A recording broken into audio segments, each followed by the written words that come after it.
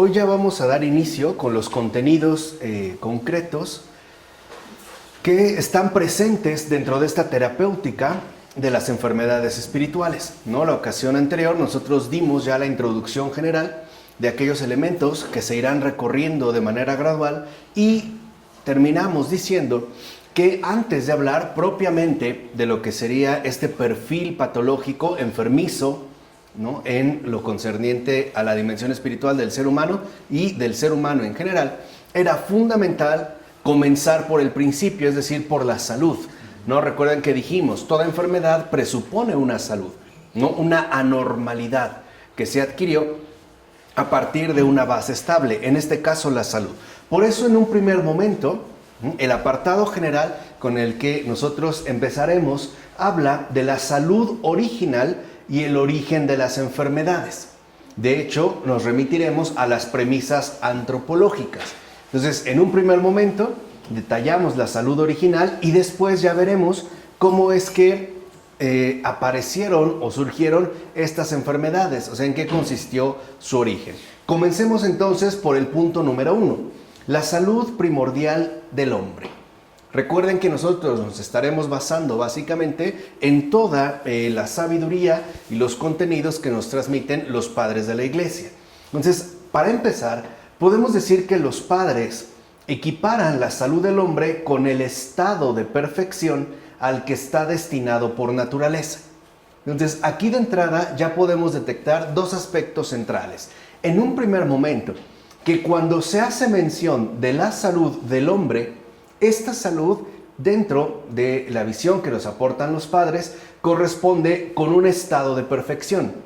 O sea que estar sano significa a su vez permanecer en el estado de perfección al que de hecho estamos destinados por naturaleza. No sería algo secundario o añadido de manera posterior. De tal forma que para el ser humano esta perfección, este estado de perfección, consiste en ser deificado. Ya hablamos de la deificación la ocasión anterior, por eso les decía que pusieran mucha atención en los conceptos para que pudiéramos ir avanzando. Pues pertenece a su propia naturaleza el llegar a ser Dios por gracia. Entonces, esta es la visión general que se aporta con respecto a la salud primordial del ser humano. Recuerden, dicho sea de paso, que cuando hablamos de hombre, no le estamos hablando en un término sexualmente limitado, o sea, no nos referimos básicamente a lo masculino, sino que el término, la expresión hombre, en efecto, contiene tanto al varón como a la mujer. Es pues como una referencia a la humanidad. Entonces, lo que vemos es que esta perfección que consiste en ser deificado no es algo añadido a nuestra naturaleza, sino que de hecho pertenece a esta, es decir, a nuestra propia naturaleza por gracia. Y esto es como lo más importante. Aquí ya podemos empezar a ver que en efecto entonces pertenece a nuestra propia naturaleza el llegar a ser Dios por gracia. Y podemos decir que en efecto Dios creó al hombre a su imagen y semejanza, como sabemos que se menciona en el libro del Génesis, capítulo 1, versículo 26. Y le dio desde el origen, inscribiéndole en su ser mismo, la posibilidad de conformarse enteramente a él. O sea, de ser deificado. Por eso afirma San Basilio lo siguiente: el hombre es una criatura que ha recibido el mandato de llegar a ser Dios. Este mandato no es otra cosa más que nuestra auténtica y esencial ley natural.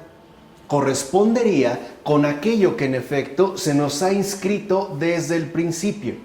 San Gregorio Nacianceno dirá: cuando el Hijo inmortal se hizo hombre, le concedió por fin ser Dios al hombre. Entonces, de acuerdo con lo que los padres sostienen, el ser humano está llamado desde el principio a ser Dios por gracia. Es algo que forma parte, pues, de nuestra estructura más genuina. O sea, es algo que no atentaría la deificación contra nuestra naturaleza, sino que al contrario, sería justamente la culminación perfecta de nuestra humana realización. ¿no? La deificación. Ahora bien, en el momento de su creación, el ser humano poseía ya una cierta perfección. Y esto es muy importante de tener en cuenta. Para empezar, de sus facultades espirituales y en especial de su inteligencia, imitación de la de Dios, que le hacía capaz de conocer a su Creador.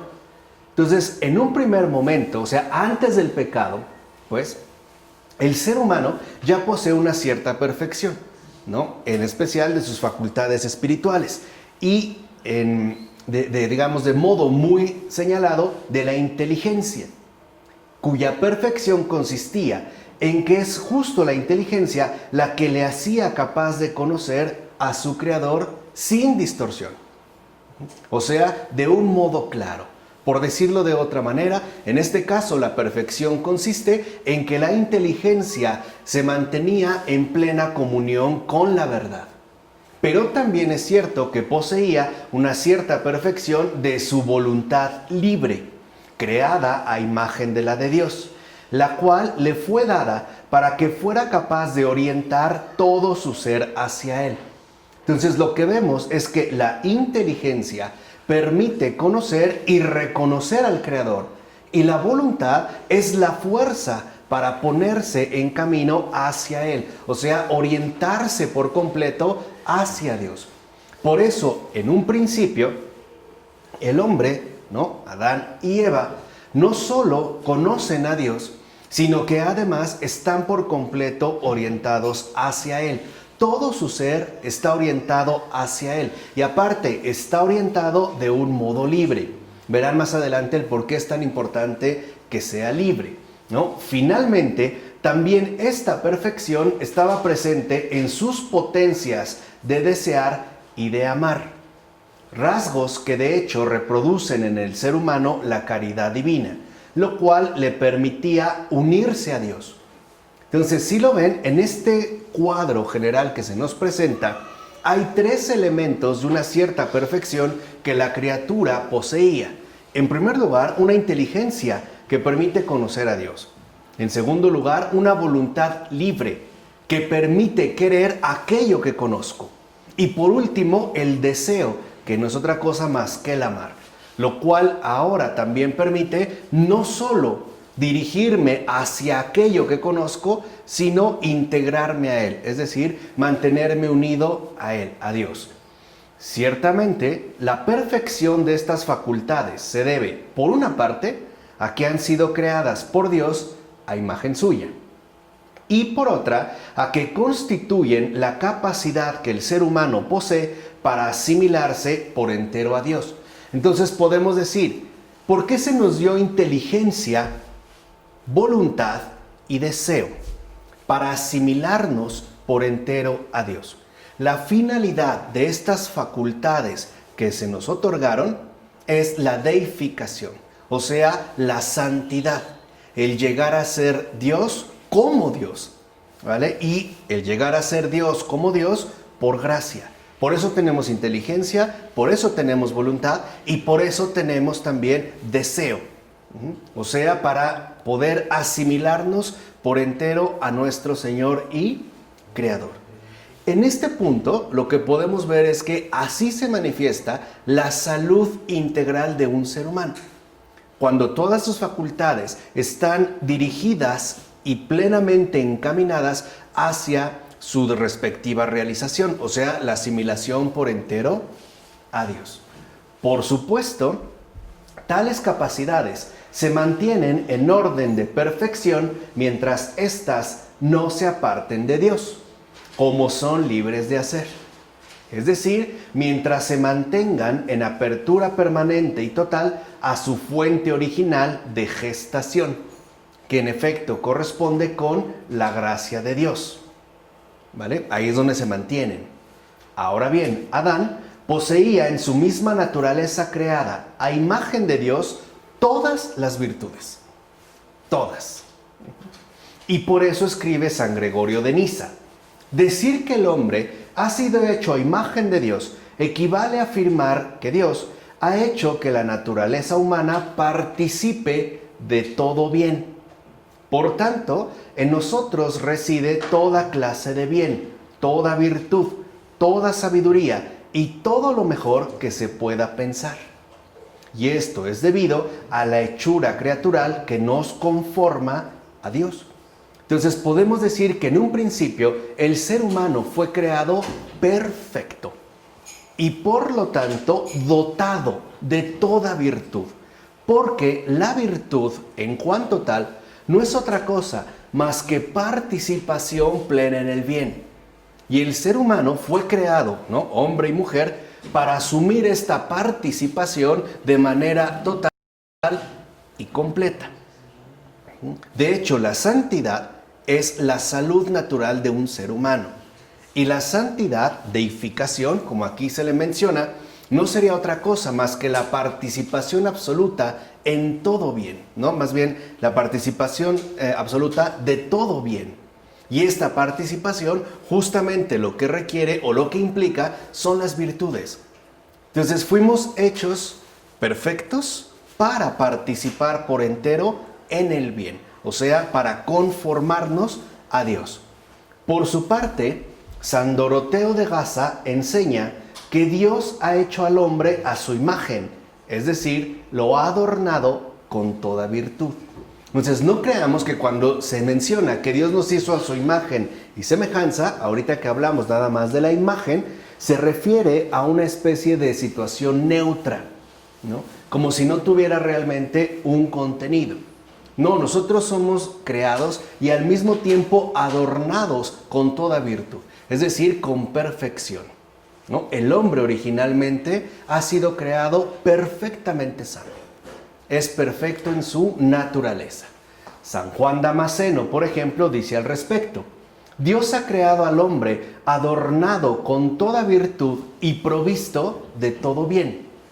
Por su parte, San Máximo el Confesor señala que las virtudes son inherentes al alma desde la creación. No son añadiduras, sino que el ser humano desde la creación es perfecto y además está dotado de toda virtud. Por consiguiente, algo está claro. Y esa es la primera gran enseñanza de estas premisas ontológicas. El ser humano es virtuoso por naturaleza. Es bueno por naturaleza, ya que poseemos las virtudes que nos han sido dadas por Dios. Dios las puso en el hombre al crearlo. Esto dice San Doroteo de Gaza. Que ojalá después de tantos nombres, de tantos padres de la Iglesia, decidan ahondar más en sus respectivas obras, ¿no? Así pues, como señala San Isaac el Sirio, la virtud está por naturaleza en el alma, lo cual significa que las virtudes son de hecho connaturales al ser humano que ha sido creado.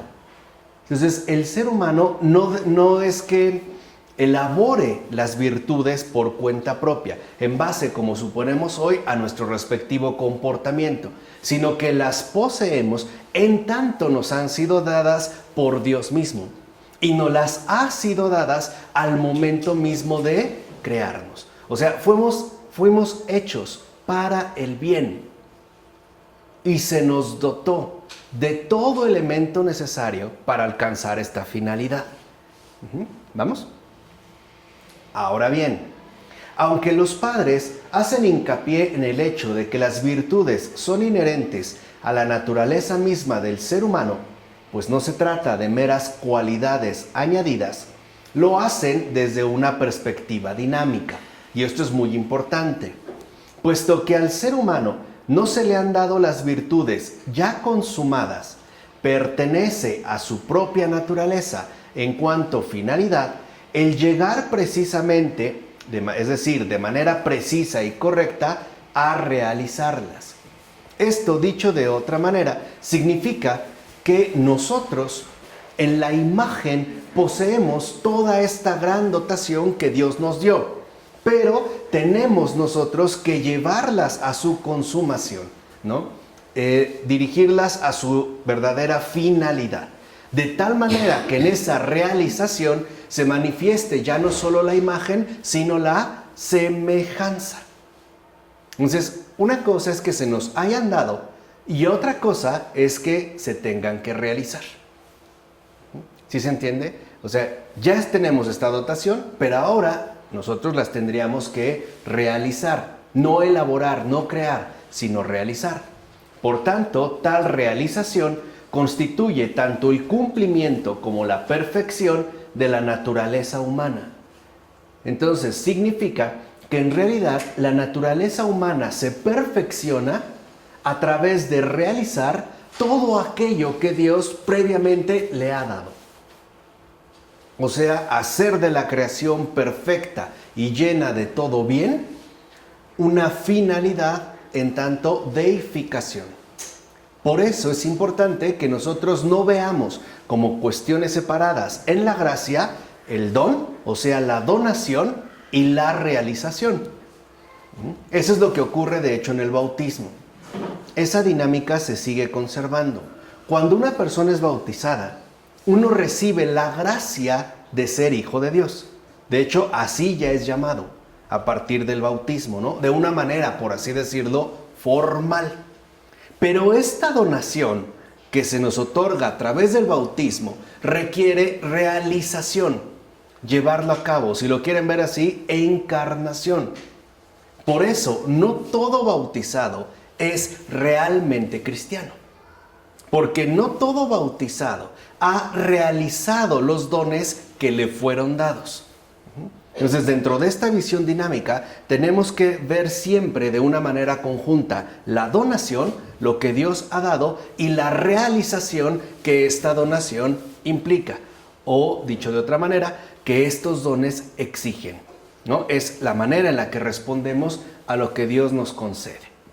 Ahora, ciertamente, para llevar a cabo tal realización, se requiere la participación activa del ser humano según el designio de Dios.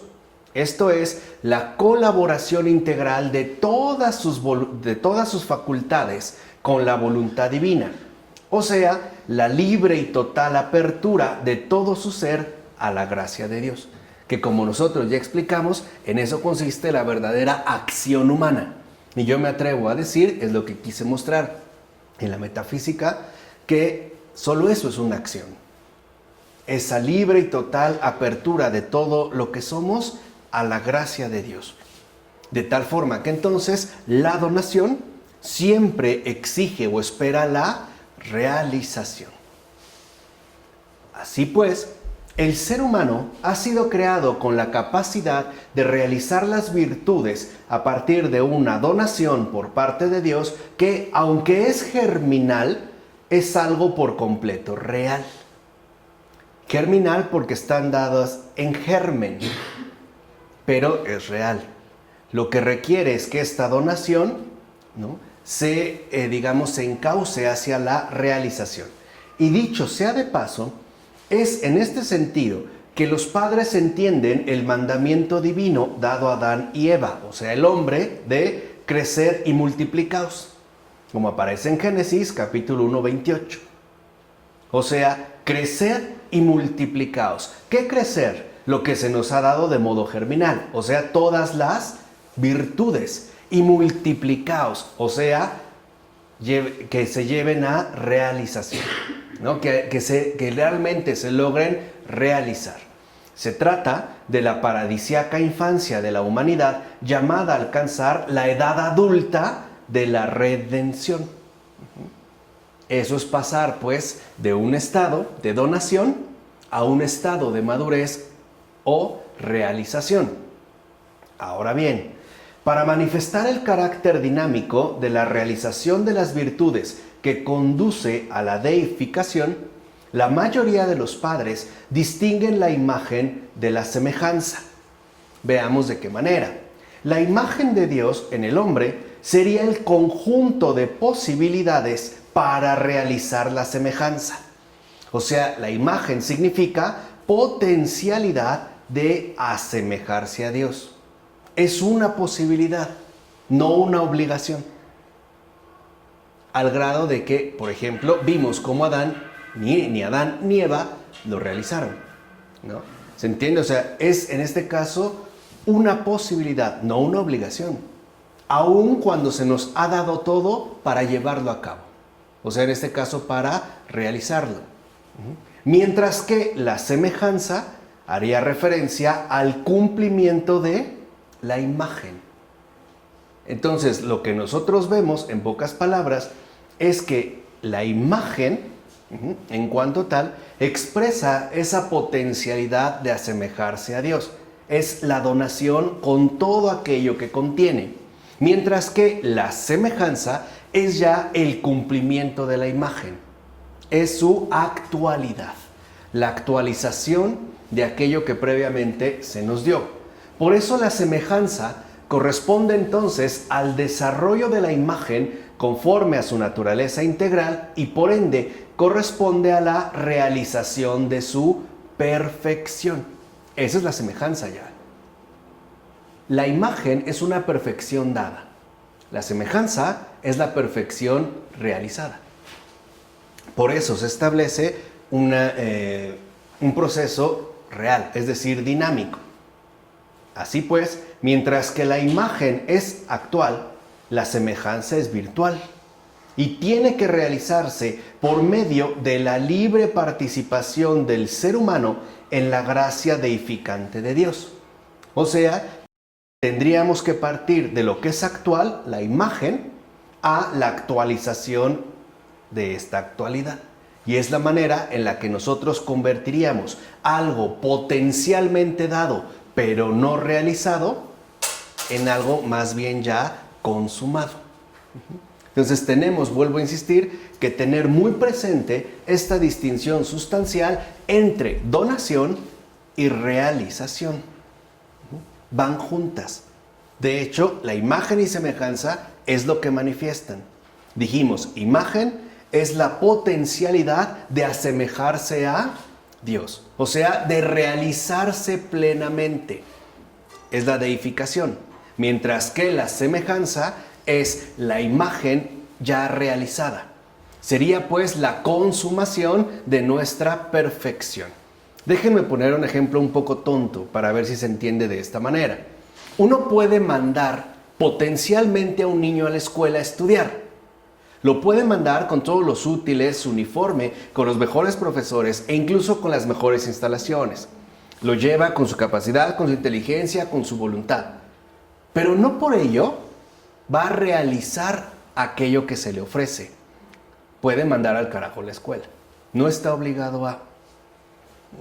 Porque para realizarlo requeriría una libre decisión asumida. O sea, esa apertura a participar en aquello que de hecho se nos ofrece.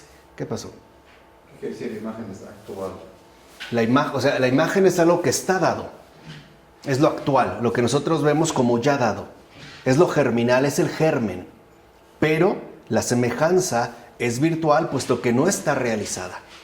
Tiene que llegar a realizarse, ¿no? Tiene que llegar a conformarse, a darse. ¿Qué quiere decir? Que cuando en el Génesis se nos dice que Dios creó al hombre a su imagen y semejanza, le dio algo que tiene él que realizar. ¿Y cómo lo va a realizar? Libremente, no por obligación. Se le da todo y lo puede tomar o bien lo puede rechazar.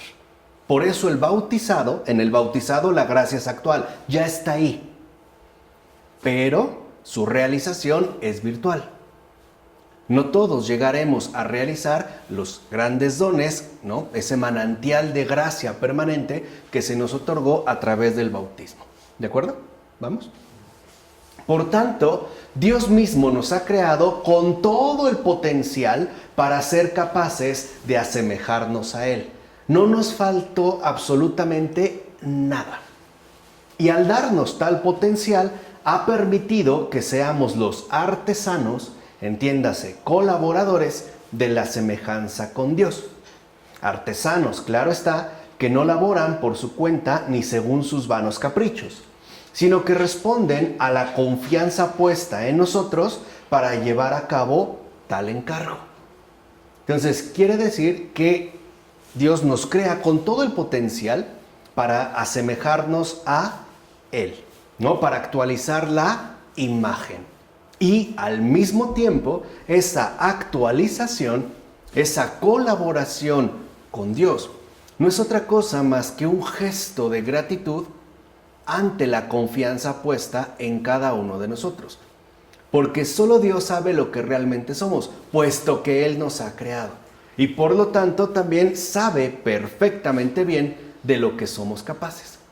Puesto que ya se nos dio esa dotación previa para alcanzar la realización. Es decir, para alcanzar la perfección.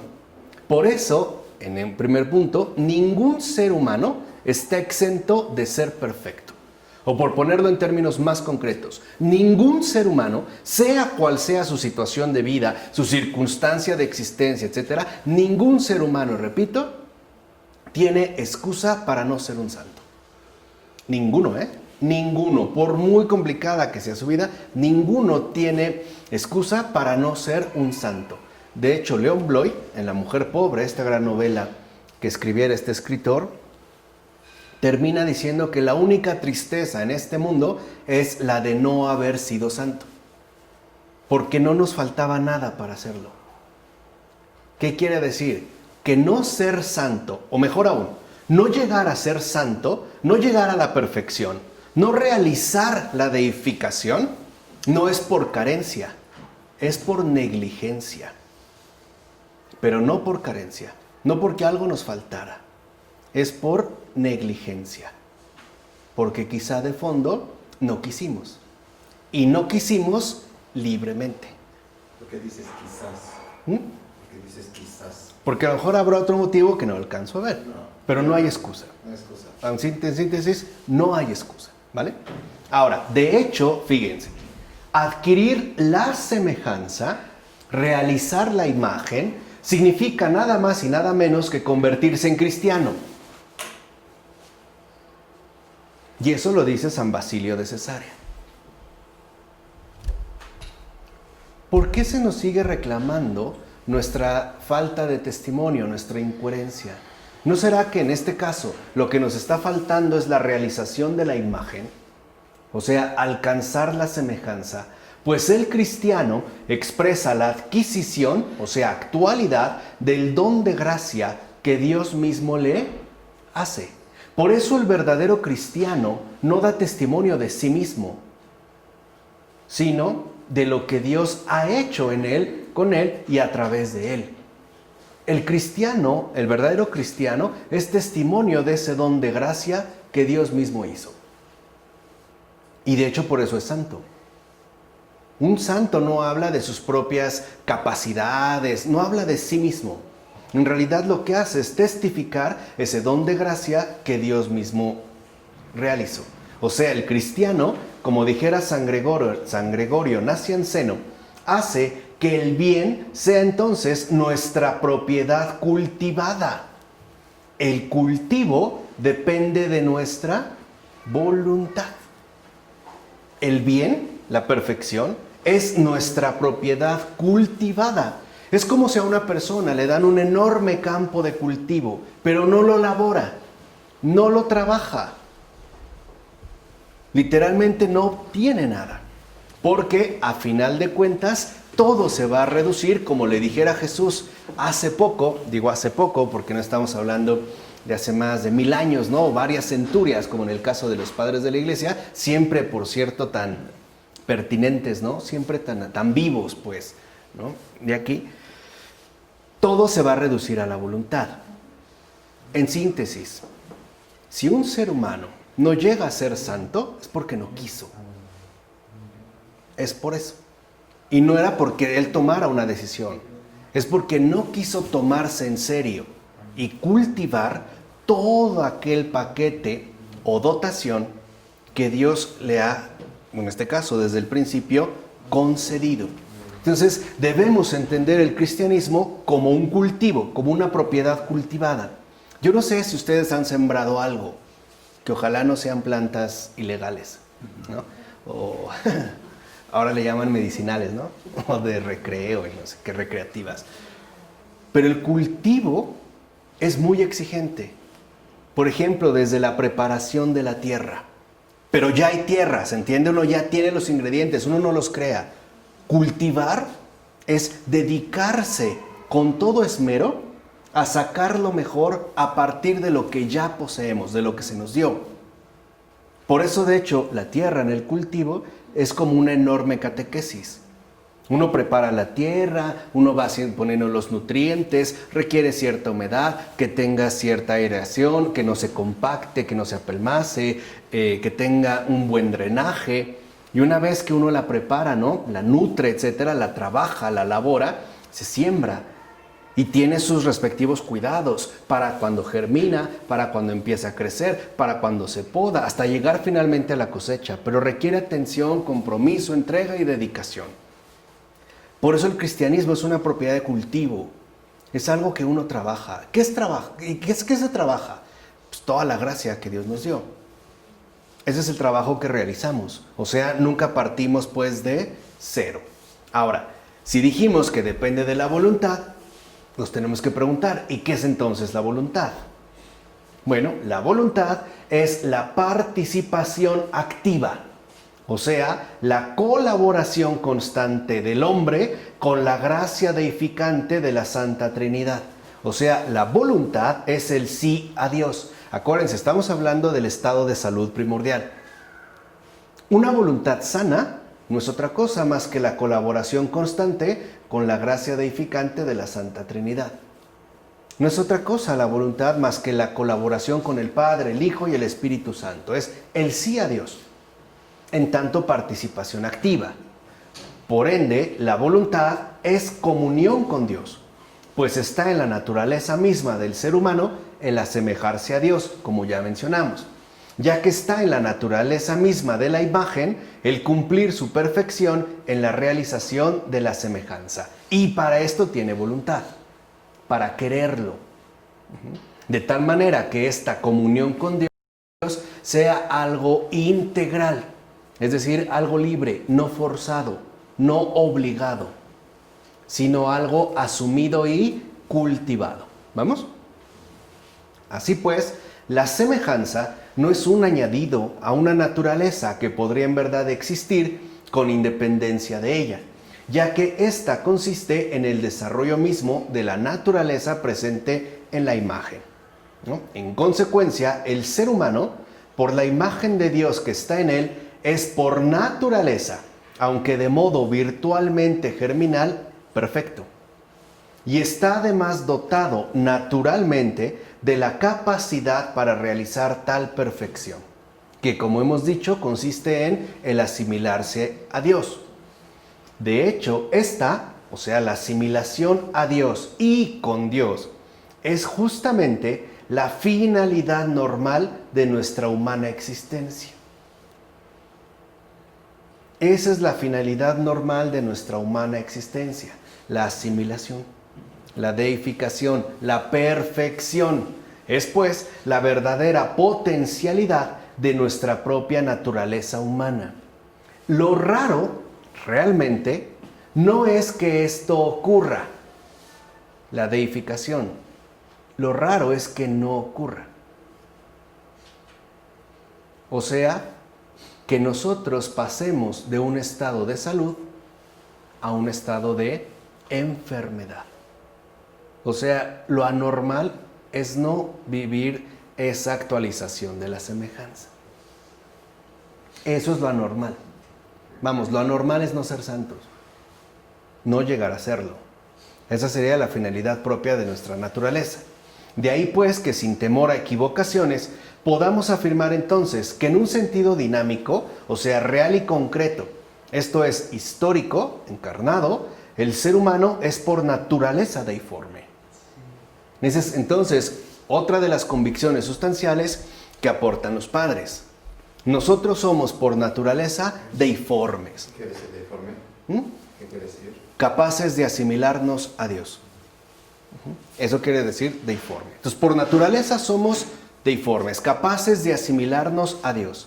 Y por eso se nos creó a imagen y semejanza suya, lo cual ya dijimos, ante todo requiere un cultivo, un ejercicio natural, normal, de todas nuestras facultades espirituales, en particular la inteligencia, la voluntad y el deseo. ¿De acuerdo? Ahora bien, la semejanza con Dios requería, para cumplirse en su perfección, que Adán mismo quisiera realizarla íntegramente. Y tal realización era fruto de la colaboración de la voluntad humana con la gracia de Dios. Es decir, que no podía ser sino una obra realmente teantrópica. O sea, una realización común de Dios y el hombre vuelto siempre hacia Él. Eso es lo teantrópico. Aquello en lo cual el hombre y Dios se conjugan, van de acuerdo, van juntos, pues, ¿no?, en aquello que en este caso se busca, que es la realización, o sea, la obtención del fruto. Esta obra realmente teantrópica significa que lo que Dios nos da, no estamos obligados a realizarlo, porque si no, no sería perfecto, sería algo obligado. Por ejemplo, un matrimonio, ¿cuándo es realmente perfecto? Cuando está hacia Dios. Y cuando está hacia Dios libremente. Por eso es importante que no haya condicionamientos. Por eso la primera pregunta que te hace el sacerdote es: ¿usted se casa realmente por voluntad propia o por alguna otra causa? A lo mejor porque ella está embarazada o porque quiere una herencia o qué sé yo, ¿no? No sé. Pero lo importante es que sea una obra libre. De tal manera que entonces, para que se alcance esta deificación, Adán, ¿no?, tenía que querer realizarlo también él de forma libre. Por eso les decía, la santidad, a pesar de que es nuestra finalidad natural, no es una obligación. No estamos obligados a pesar de que tengamos todo para hacerlo, no estamos obligados a realizarlo. Lo mismo el amor. Por ejemplo, a pesar de que una persona nos ame demasiado y nos los demuestre continuamente, ¿estoy obligada a corresponderle? No. No, nadie me puede obligar a amarle. Me puedo llegar a sentir agradecido e incluso comprometido, es más, endeudado, pero no realmente amarle. No estoy obligado a amarle, porque el amor se da únicamente a través de una respuesta libremente otorgada. O sea, amor igual a libertad.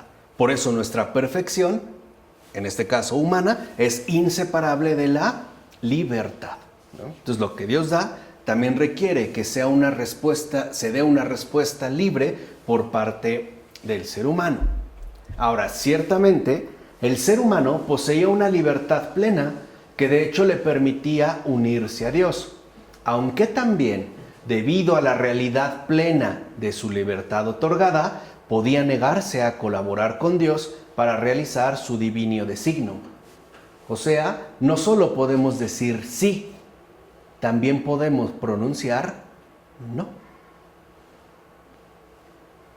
Así como cuando te quieres casar conmigo, puedo decirle sí, pero también puedo decirle no, qué pena, pero no. Aquí es donde se ve que esta libertad es real. Vuelvo a insistir, no es una obligación, es una donación que se realiza, ¿no? Así pues, su libertad humana se manifestaba en la perfección de su naturaleza original, siempre vinculada a su verdadera finalidad, que como mencionamos es teantrópica. O sea que la libertad del hombre consistía precisamente en la elección permanente y única de Dios. En eso consiste la libertad, es decir, la perfección de la libertad, en esa elección permanente y única de Dios, por encima de todo lo demás, o sea, de todo el universo creado y también por encima de sí mismo. Ahí es cuando se manifiesta, ¿no?, la libertad en su estado normal de salud, es decir, según su perfección, en la elección permanente y única de Dios. Hoy lo podemos más o menos entender cuando comprendemos que la libertad no es hacer lo que se me da la gana. Eso no es libertad, eso es estupidez. Si yo ahorita empiezo a cortarme, a amputarme una pierna y les digo que lo hago porque soy libre, yo creo que ninguno de ustedes se atrevería a ponerme un monumento al hombre más libre que han conocido. Lo más probable es que si tienen sano juicio, me pongan una camisa de fuerza y me lleven arrastrando un manicomio. No sería libre, sería muy estúpido. Si a mí me invitan a comer y en lugar de comer los platillos deliciosos que se elaboraron, prefiero comer mierda, y yo les digo, ¿qué te importa? Es mi vida, ¿soy libre? No, no soy libre. Estoy enfermo. O sea, soy estúpido. No soy libre. Por eso, el hombre libre, el hombre que se esfuerza por mantenerse en la libertad, es aquel que busca mantenerse de manera permanente en el bien. ¿Se entiende? O sea, en la libertad no es hacer lo que quiero, es mantenerme en lo que debo. Esa es una situación. Y es un esfuerzo porque podría no hacerlo. Por ejemplo, en una relación de pareja o en un matrimonio, ¿estoy obligado a ser fiel? La fidelidad de pareja, la fidelidad conyugal, ¿es una obligación? Sí, sí es una obligación de conciencia con Dios. Okay, pero ¿me pueden obligar a hacerlo? No, a fuerza no. Es una obligación moral. Es una elección moral. Y quiere decir que si es una elección, es algo que yo elijo libremente, porque tengo una convicción definida. O sea, entiendo en qué consiste un compromiso definido. O sea, ser fiel no es por obligación, es por libertad. ¿Se entiende? En el hecho de que uno se mantiene ahí. Ahora, de hecho, en eso consistía su estado primordial. Esto es, la realización de la finalidad verdadera de su naturaleza creada. Pues al cultivar en su alma los pensamientos divinos y alimentarse de ellos permanentemente, es que vivía en la contemplación incesante de Dios. Se mantiene pues en un estado perfecto de salud. Reconociendo pues la presencia de las energías divinas en las criaturas, la mano de Dios, ¿no? La hechura de Dios en todo lo creado, el hombre se elevaba por medio de ellas hacia el Creador y a ellas mismas las elevaba hacia Dios en él, que de hecho había sido instituido su rey, precisamente para que realizara la misión que Dios le había encomendado. ¿Cuál? Unir el mundo sensible con el mundo espiritual, o sea, reunión del mundo creado con Dios increado. Esa era la primera misión encomendada al ser humano. Y en tal estado primordial, Adán entonces moraba en Dios, que moraba en él. Como decía Juan Damasceno. O sea, todo se mantiene en unidad. Así pues, el hombre, explica San Atanasio de Alejandría, vivía por tanto su verdadera vida, o sea, aquella para la que ha sido creado desde el principio, la cual, por supuesto, constituye la finalidad normal, para nada añadida, de su auténtica naturaleza. Ahí todo está claro y todo está en orden. Ahora bien, ¿cómo Adán se unificaba él mismo y unificaba también a los demás seres en él mediante la perpetua contemplación de Dios? No había entonces ninguna división, ni en el hombre mismo, ni entre el hombre y sus semejantes, Eva, ni entre el hombre y los demás seres, ni entre los demás seres unos con otros. No hay nada de división. Y la ausencia de tal división era lo que hacía que reinara la paz en todo y en todos. Quiere decir que todo estaba unificado. La verdad era lo único, digamos en este caso, establecido, ¿no? Por eso el hombre llevaba en el paraíso una vida sin tristeza, ni dolor, ni preocupación, pues no tenía que temer ninguna enfermedad. En su carne, una perfecta salud. En su alma, una perfecta serenidad. Fiebre, movimiento, o sea, turbación, locura irracional, ansia de extrañezas. Nada de esto existía todavía. En su vida no había rebeldía, ni en su existencia había pena. Eso es lo que menciona Atanasio de Alejandría. Estamos hablando pues del estado paradisiaco. Así pues, el estado paradisiaco en el que el hombre vivía según su naturaleza primordial, aparece como un perfecto estado de salud. Fíjense, ya que el ser humano ignoraba por completo toda forma de enfermedad, tanto en su alma como en su cuerpo, y por eso llevaba una vida enteramente normal. De hecho, esto tampoco ha cambiado. ¿Qué es lo normal en nosotros? ¿Mantenernos saludables o enfermos? ¿Qué es lo normal? Saludables, ¿no? De hecho, cuando nosotros empezamos a enfermar, es más, cuando nos volvemos enfermizos, de inmediato como que notamos que algo no anda bien, que algo ahí se ha vuelto irregular. O sea que hemos pasado de un estado de normalidad a un estado, en este caso, de anormalidad. ¿Vale? Entonces, aquí todo va bien, es la vida enteramente normal. O sea, ese perfecto estado de salud. Ahora, no obstante, aquí ya vamos a ver el otro apartado, que es el origen de las enfermedades. Por el pecado original, Adán se desvió del camino en el que Dios lo había puesto al crearlo. Acuérdense, lleva todo, lleva su dotación e incluso cuenta con la gracia para lograr la realización. Pero por el pecado original, el hombre, ¿no?, se desvía del camino en el que Dios ha colocado al ser humano al crearlo. Y tal desviación consistió en que la criatura humana dejó de perseguir la meta, o sea, la finalidad que su misma naturaleza le asignaba, a saber, el tender hacia Dios con todo su ser y el abrir sus facultades a la gracia divina. Entonces, en un primer momento, el pecado original manifiesta un verdadero trastorno. E iremos viendo ya a partir de aquí, ¿no?, todo, digamos, como ese perfil patológico adquirido, que de hecho correspondería al hombre caído. Y al no perseguir ya su respectiva finalidad, el ser humano se oscureció, es decir, dejó de participar en la fuente de toda perfección. Se hizo, pues, anormal. Con el pecado adquirimos una anormalidad.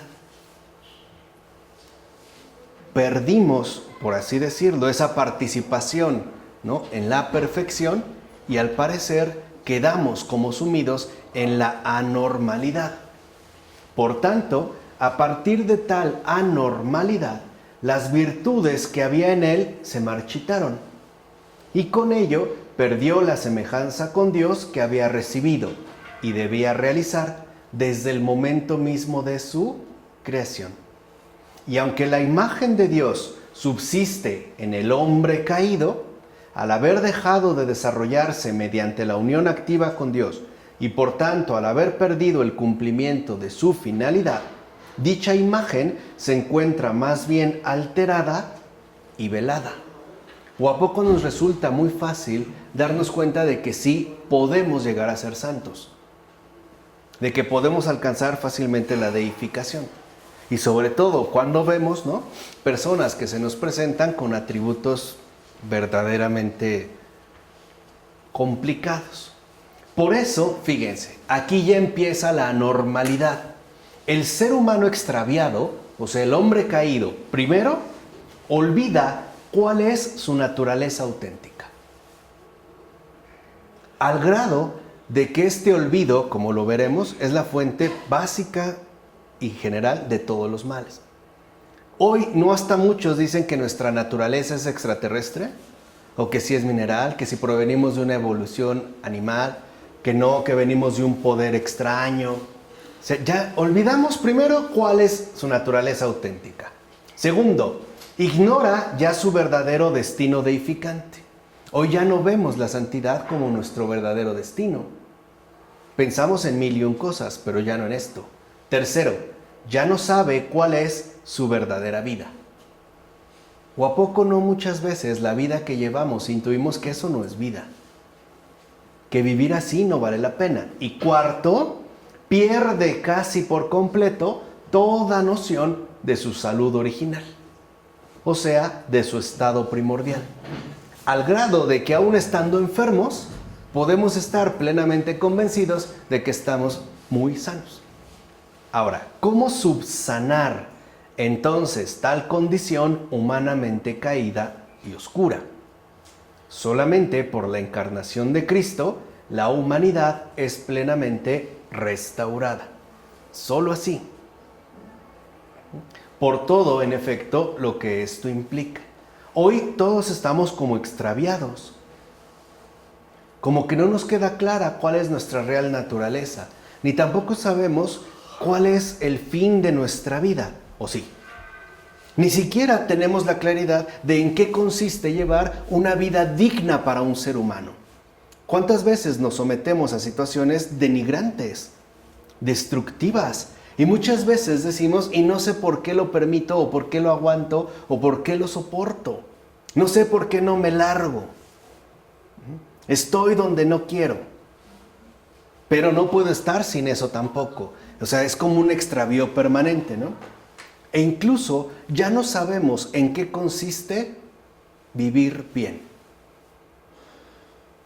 A veces pensamos que el estar bien, o sea, mi salud original, mi salud sustancial, mi salud humana, consiste, por ejemplo, en mantener la mayor cantidad posible de placeres.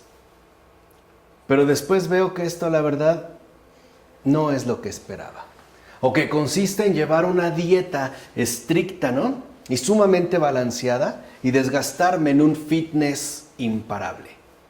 Pero como que tampoco. O en viajar alrededor de todo el mundo, presumiendo o siendo más bien uno de los principales exponentes del consumismo, del consumo ostentoso, ¿no? Lo que cuesta, lo que gasto por no hacer nada. Instagram, ¿no? Es la sede principal del consumo ostentoso. Y en realidad parece que no encuentro lo que anhelo. No me hallo. No sé ni qué soy, ni cómo llevar una mejor vida, ni tampoco, en pocas palabras, sé cómo hacer para sentirme mejor. Estamos como en un extravío, ¿no? Ahora, por la encarnación de Cristo, la humanidad vuelve a encontrar la posibilidad de realizar la perfección a la que el Creador le ha destinado. Cristo, que se ha hecho perfectamente hombre sin dejar de ser Dios, devuelve a la naturaleza humana la plenitud y la posesión íntegra de su respectiva perfección original, gracias a que lo humano se une en Cristo a Dios mismo. Y no solo eso, sino que a través de la encarnación de Cristo, dicha perfección es llevada por completo a su plena verdad de consumación. O sea, lo que Adán no quiso hacer. No es que no pudiera, es que no quiso, dijimos, ¿no? Cristo sí quiere. O sea, dicho de otra manera, Dios mismo, en la persona de su Hijo, realiza de modo inmediato y revela a todos el destino último de la humanidad, es decir, la perfección de la naturaleza humana unida íntima y totalmente a Dios. Para eso fuimos creados. Por eso, dicho de otra manera, Dios se hace hombre, para que el hombre no deje de hacerse a lo que está llamado, no deje de ser a lo que ha sido convocado. ¿Se entiende? Él ya hizo, digamos, este paso, ya tendió el puente. Ahora dependerá de nosotros transitarlo o no. Pero el puente ya está dado. Así pues, Adán no era más que la figura del que tenía que venir, como se menciona en Romanos 5:12, pues él no cumplió su destino último. Acuérdense, Adán lo posee todo, pero no realizó la imagen. Por eso solamente Cristo manifiesta el cumplimiento integral de la promesa, llevándola hasta su culmen de perfección consumada, que es justo lo que no tiene Adán. Adán tuvo perfección, pero no alcanzó la consumación de esta perfección, o sea, la realización. Por eso escribirá San Nicolás Cavasilas que solo el Salvador es el primero que ha realizado el hombre auténtico y perfecto. Solo el Salvador, solo Jesucristo. Nadie más, ni Adán. Adán fue hombre perfecto, pero no hombre consumado. Cristo sí. Por eso nuestra verdadera esencia no remite precisamente a Adán. No solo a la perfección, sino a la perfección y a la ¿qué? Y a la edificación, a la consumación. Por eso nuestra esencia antropológica es Cristo. No precisamente Adán. ¿Pero por qué tiene que ser Adán si él cayó? No, por eso, no es Adán, es Cristo. ¿No? Aunque muchos digan que venimos de Adán, pues sí, pero en realidad no, nuestra verdadera esencia está en Cristo. En consecuencia, y eso es lo importante, no se trata de retornar al estado paradisiaco de Adán y Eva, sino de asumir enteramente el retorno a Dios por medio de Jesucristo, es decir, según la consumada perfección. No se trata de volver al paraíso. Se trata, dijimos, no, de retornar a Dios por medio de Jesucristo. Cristo entonces revela el sentido profundo de la creación del ser humano a imagen y semejanza de Dios. En su naturaleza humana se manifiesta la naturaleza divina ligada a ella, sin separación ni confusión. Así como Dios se ha unido, ¿no? La naturaleza divina se ha unido a la naturaleza humana sin separación ni confusión, así también nosotros tendríamos que unirnos, en tanto seres humanos, a Dios sin separación ni confusión. Ahora, por su doble naturaleza de Dios hombre, Cristo viene a afirmar que el ser humano está de hecho destinado a ser hombre Dios. De hecho, una proclamación permanente e insistente de los padres es: Dios se hace hombre para que el hombre pueda llegar a ser Dios. O sea, para que nuestra perfección no quede truncada, sino que nuestra perfección alcance su respectiva realización. O sea, dicho brevemente, Cristo muestra al ser humano que su verdadera naturaleza es teantrópica y por tanto no existe hombre perfecto más que unido a Dios. Y esta es nuestra perfección desde el principio. No es una añadidura, no es algo posterior, algo que busquemos. Es de hecho, ¿no?, consumar el principio. Acabar lo ya dado. Terminar lo que ya se inició. Acabar lo que se inició. ¿Se entiende? Ahí ya va pues como esta guía. De ahí que Jesucristo se ha llamado segundo Adán. Y no porque aporte al hombre otra naturaleza y otro destino distintos de los que se asignaron al primer Adán, sino porque viene a cumplir, o sea, a consumar aquello cuya realización dejó de llevar a cabo Adán a causa de su pecado. ¿Qué dejó inconcluso? Pues la semejanza divina, ¿no? Porque esa era la norma de cumplimiento normal de su humana ¿qué? Naturaleza. O sea, Adán falló. Como ser humano, falló. El hombre falló. Adán y Eva, el varón y la varona, fallaron. Hechos perfectos y terminaron siendo imperfectos. O sea, no se realizaron, no se deificaron. Ciertamente, fíjense, esto es bien importante. El ser humano es creado como ser lógico, es decir, racional. Pero más fundamentalmente, el ser humano ha sido creado como ser cristológico.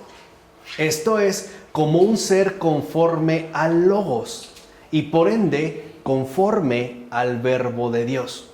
En pocas palabras, todos y cada uno de nosotros somos logemas. Somos logema. Ahí está nuestra verdadera esencia humana.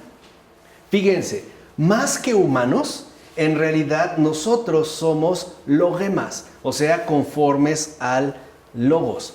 No entiendan pues ya la lógica como un mero proceso ordenativo de los pensamientos y sobre todo de los argumentos, ¿no? Como una argumentación basada en reglas muy particulares. No, sino que en realidad nuestra verdadera esencia humana es logema, en tanto hemos sido creados conforme a logos. Quiere decir que nosotros, en realidad, cuando hablamos de logos, de lógica, estamos hablando de ese ser conforme a logos. No como algo, separado o que nada tiene que ver con Cristo, sino más bien con su base fundamental. O sea que nuestra verdadera esencia antropológica es cristológica. Voy a decir una aberración en latín, pero es como si dijera que es logótica, es decir, relativa a logos, a nuestro ser conforme a logos, porque en él es donde se conjuga la perfección y la consumación, la imagen y la semejanza. Por eso los padres llegan incluso a afirmar, y no sin razón, que el ser humano ha sido creado no solo a imagen de Logos en cuanto Dios, sino también a imagen de Logos encarnado, o sea, de Cristo Dios y hombre. Por eso acuérdense lo que ya habíamos visto con Pavel Florensky. Antes de la creación está la redención. No es posterior. Antes de la creación está la redención. San Nicolás de Cavasilas, por ejemplo, escribe lo siguiente: la naturaleza humana ha sido creada desde el origen con vistas al hombre nuevo. La inteligencia y el deseo del hombre han sido creados para Cristo. Hemos recibido la inteligencia para conocer a Cristo, o sea, la verdad. El deseo para ser atraídos hacia Él. Y la memoria para llevarlo siempre en nosotros. Tanto más cuanto que Él ha servido de modelo para nuestra creación. Por tanto, el mismo Nicolás de Cavasilas podrá escribir también: el hombre tiende hacia Cristo no solo a causa de la divinidad de nuestro Señor, sino también a causa de esa otra naturaleza humana que Él posee. Porque es a partir de Él que nosotros también hemos sido creados. Así pues, Cristo nuestro Señor muestra así que desde siempre, desde el origen, Él es el principio y el fin de la naturaleza humana. Nuestra naturaleza humana se sustenta, por tanto, en el misterio originario de nuestro ser, o sea, el misterio crístico, que es el comienzo, desarrollo, finalidad, plenitud y consumación de lo que somos. ¿Acaso Adán lo posee? ¿Adán posee el comienzo? Sí. ¿Desarrollo? Sí. ¿Finalidad ya no? Ni plenitud ni consumación. Cristo sí. Por eso nuestra verdadera esencia no es meramente humana, es cristológica. Por eso esto no lo olviden, es una cuestión sumamente esencial. No somos simples humanos, somos seres cristológicos, logemas. La esencia humana es más que humana, es crística. Ahí se manifiesta el misterio de nuestro ser. De ahí que en la persona de Cristo se expresen por completo tanto nuestra realidad, es decir, nuestro origen, como nuestra realización, destino, o sea, nuestra antropológica misión a cumplir. Nosotros somos hombres para llegar a ser Dios. Hemos sido creados seres humanos para llegar a ser como Cristo, desde el principio. Por eso somos para llegar a ser. Ahí se encuentra el misterio crístico de nuestra esencia. O sea, nuestra esencia no es humana, es crística. Les dije, ¿no? Nosotros hemos sido hechos conforme a ser conforme a Cristo. Somos logema. No somos una realidad humana ahí aislada, ¿no? Sin raíz. Nosotros tenemos una raíz. Y esa raíz es Cristo. Y tenemos un fruto. Y ese fruto es Cristo. De hecho, ese fruto es por Cristo. En consecuencia, desarrollarse en su ser, realizarse, vivir en conformidad con su normal naturaleza y por tanto vivir de forma perfecta consiste siempre para el ser humano en asemejarse a Cristo. Esto es, en asimilarse a Él, en llegar a ser Dios con Él, por Él y en Él. ¿No es lo que se nos repite una y otra vez en la celebración litúrgica? Por Cristo, con Él y en Él. De hecho, solamente en la unión con Cristo encuentra el ser humano la realización de lo que es. Solo ahí. Y la humana realización de lo que es conduce precisamente al ser humano a la integridad y a la plenitud de su naturaleza creada, lo cual, dicho sea de paso, constituye de hecho la única perfección de su actividad y por tanto de su vida entera. Se trata pues de su más auténtica y genuina acción, o bien de su más esencial realización humana en tanto cristificación. Aquí está entonces la clave de lo que hoy nosotros hemos mencionado. La deificación no es otra cosa más que cristificación. O sea, llevar a cumplimiento el misterio de lo que somos. Llegar a ser Dios con Dios, por Dios y en Dios. Esa es su voluntad. Y esa ha sido su voluntad desde el principio. Por eso, si uno realmente indagara en la esencia humana y la indagara con toda seriedad, con toda sinceridad, uno llegaría a Cristo. Porque cuando uno se conoce a sí mismo, es cuando uno conoce a Cristo. Sería pues en este caso algo inseparable. Por eso les decía, hoy es curioso que debido a este desconocimiento nos quieran como colocar, ¿no?, en diversos lugares que no nos corresponden. Por ejemplo, como productos, ¿no?, de un proceso evolutivo o productos de unos alienígenas hiperdotados, productos de un azar, y no sabemos dónde encajarnos. Venimos de los animales, pero algo nos dice no. ¿Todo se reduce a un plano horizontal inmanente? No. Porque en realidad un ser humano es más que un ser humano. Porque su esencia, su verdadera esencia, su sostén, su fundamento, no es humano. Es divino. De hecho, eso también implica el que reconozcamos que hemos sido creados. Lo humano, pues, es inseparable de lo divino. Eso es lo que Cristo también nos viene a recordar. Esa es la gran obra teantrópica. Ahí, pues, radica el verdadero misterio crístico. No somos animales racionales. Somos misterios crísticos, hechos a imagen y semejanza de nuestro Señor y Creador. Por eso creo que vale la pena meditar seriamente en este misterio crístico, para que cuando nos preguntemos ¿quién soy?, escuchemos esa voz que nos dice: eres yo. Yo soy, no tengas miedo. ¿De acuerdo? Vamos a dejar hasta aquí. Del Padre, del Hijo, del Espíritu Santo.